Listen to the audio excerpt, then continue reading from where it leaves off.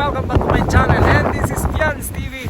For today's episode mga viewers, ayan, may snowstorm. So makikita nyo napakalakas at saka lakas ang hangin. Kita nyo naman yung galing dito sa kabila. Kita yung mga kotse, ano? Ano na siya, napapalutan na siya ng yellow. Ayon sa balita, abutin up to 40 cm yung taas ng magiging snow. So ipapakita ko sa inyo yung mga paligid.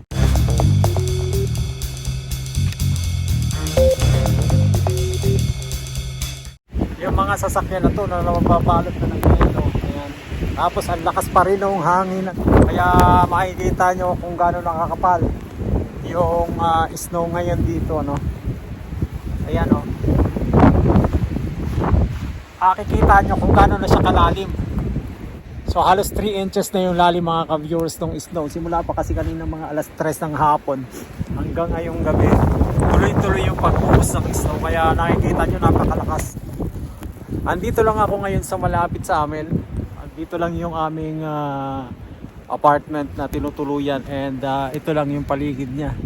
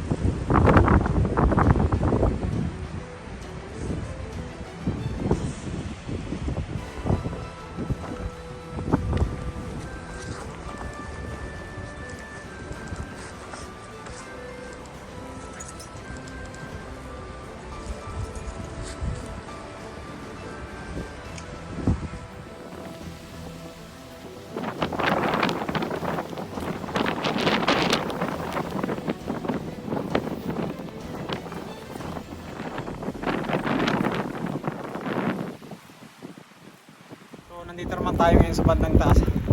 Mas malakas yung ano ng hangin dito. Yeah! Natutumba yung ating stand ng ating camera.